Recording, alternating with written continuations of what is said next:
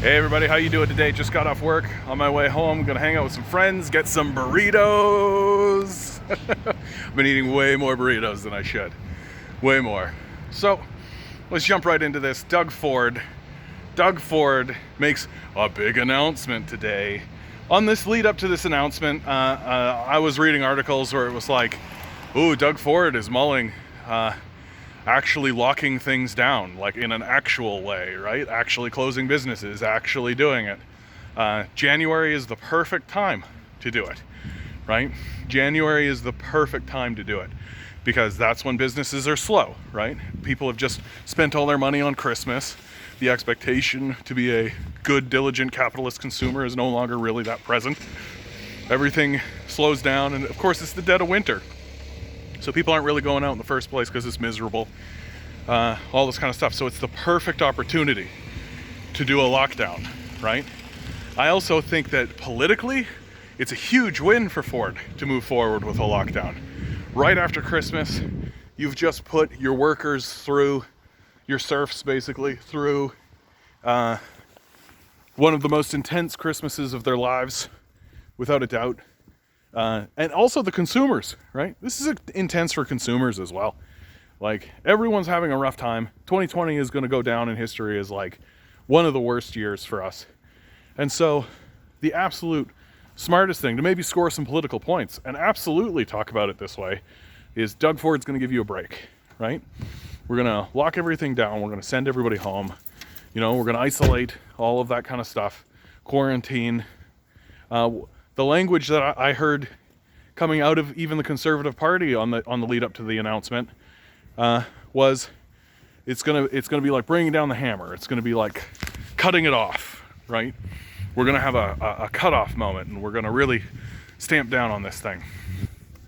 So I went into this announcement kind of expecting that after Christmas there was gonna be something serious done, because even internally the Conservatives were discussing doing something rational and doing something serious finally, which would have been pro everybody basically. I think you could have really pitched it so that it would have been a real boon for everybody, and passing very, very meager supports, because January, February is not really a money-making month.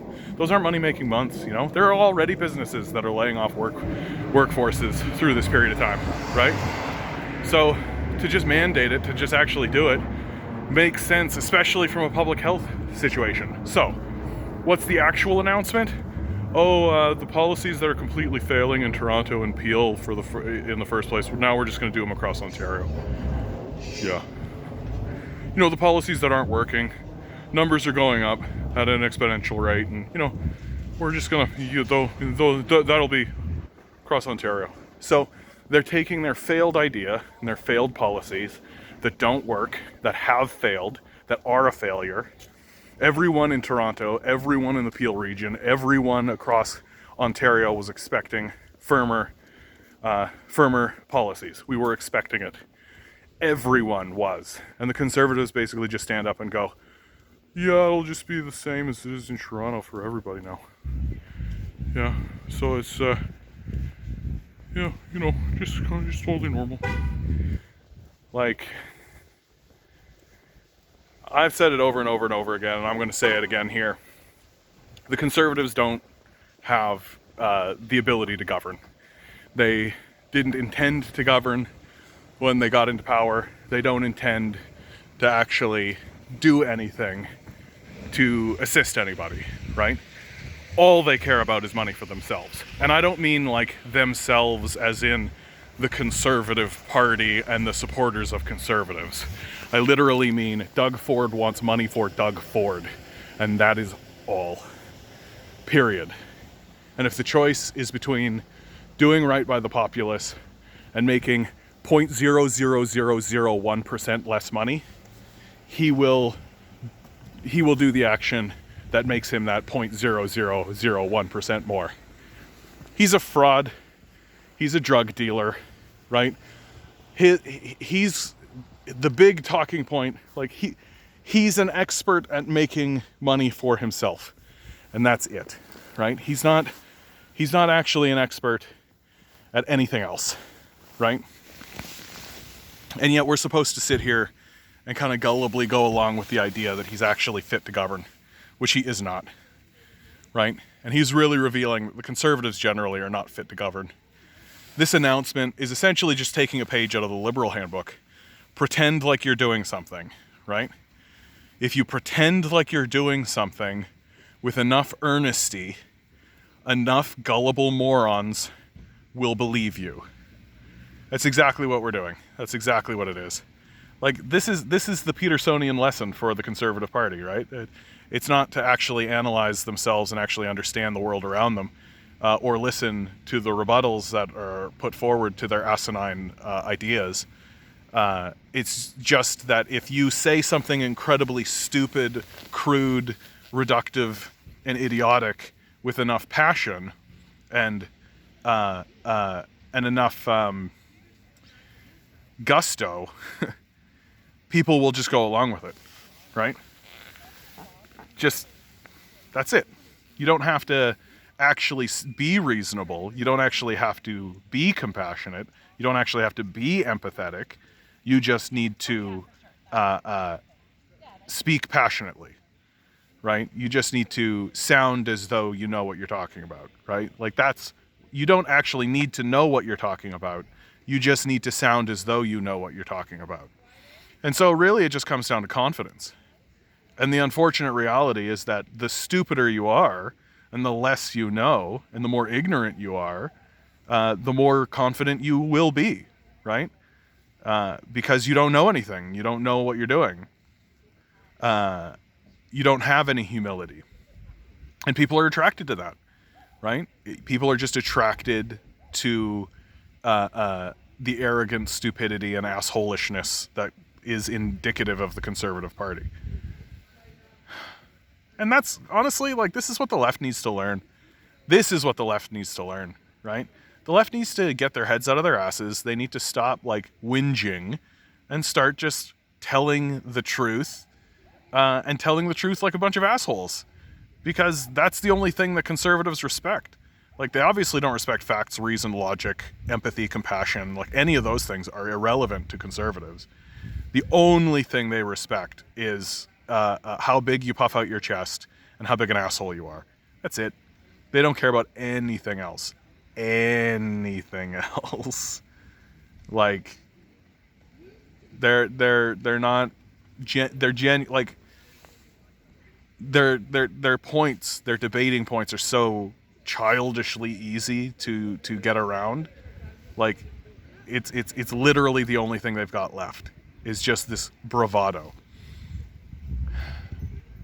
And because, of course, they're born rich, because they're born into this wealthy class of people, and they think that they're at where they are because of something they did, they're the worst type of people. They're like the most arrogant type of person. Can you tell I'm frustrated? Can you tell I'm angry? Because I am, right?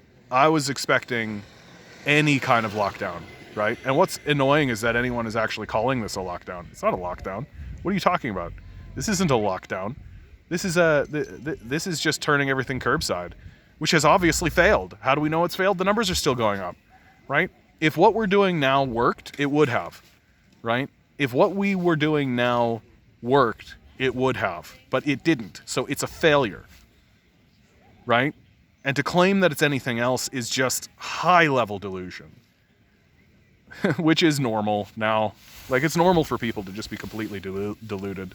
It's really weird living in a society where, like, there's a tidal wave coming to wipe out the civilization, to, like, wipe out everything, and most people are just like, there's no tidal wave, what are you talking about?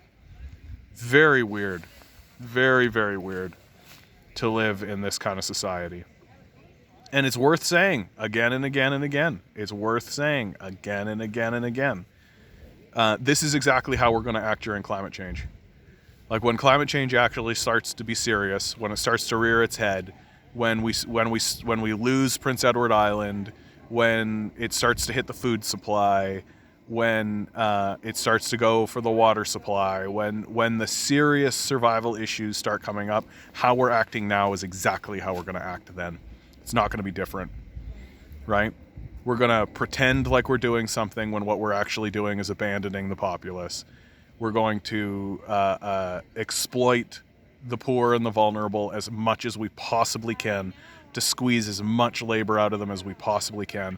We're going to give huge sums of money to billionaires who will then just jam it into offshore accounts and do absolutely nothing about it, while saying that we can't afford to help the poor. That's exactly how we're going to act. How do I know that's true? Because it's exactly how we're acting now. And it seems like most of the populace wants it to be that way, right? That's the worst part, right? That's the absolute worst part. Most of the populace absolutely does want it to be this way. We want to have kings, and we want most people to be abandoned. That's what we want. And once it like and it's just going to be staggering. Like, it's going to be staggering to watch the people who vote conservative get abandoned, right? Because their abandonment is already written in stone, right? If any of these conservatives end up in these long-term care homes that are being privatized or have already been privatized, they will be abandoned, right? It's just as simple as that. Like, you're not going to be well taken care of. You're not gonna live a good life. You're going to live in a bug-infested shithole that is going to give you rotten food and ignore you while you shit yourself in your bed, right? And if you think that's brutal, wait until you experience it, because that's what's coming. Like, how do I know that's what's coming? Because it's already happened. And the conservatives are doing everything they can to make sure it continues happening. And if you vote liberal, they're just going to ignore it, the way that Wynne did, right? The way that McGuinty did. Right? They could have turned around and changed that. They could have gone like, yeah, that privatization of that kind of thing, that's absolutely not real. But they just ignored it, because that's what liberals do. They don't actually do anything. They just pretend like they do things. And then the conservatives get all uppity when the liberals like do like the most inconsequential thing, right? Because this is how our politics works. We ignore the fact that the conservatives and the liberals work together. We ignore the fact that they go to the same places, they work for the same people, they talk to the same people, they go to the same events, they're on the same team, they're in the same club, right? We completely ignore that and pretend like they're different, when it's obvious that they're allies working in tandem with one another in order to achieve goals for their class, which is capitalists. While the populace just sort of bobs its head and gullibly goes along with it, because we're very gullible. Like, we're very, very, very, very gullible. Very gullible. I look back on like when I was growing up and like some of the stuff that I was told about our politicians. Like, literally I had people in my hometown telling me how justified and good NAFTA was going to be. And then NAFTA completely destroyed their business. Completely destroyed their business. Like, they literally were voting for the people who betrayed them. And it just keeps happening. And I just don't know what to say anymore about this kind of stuff.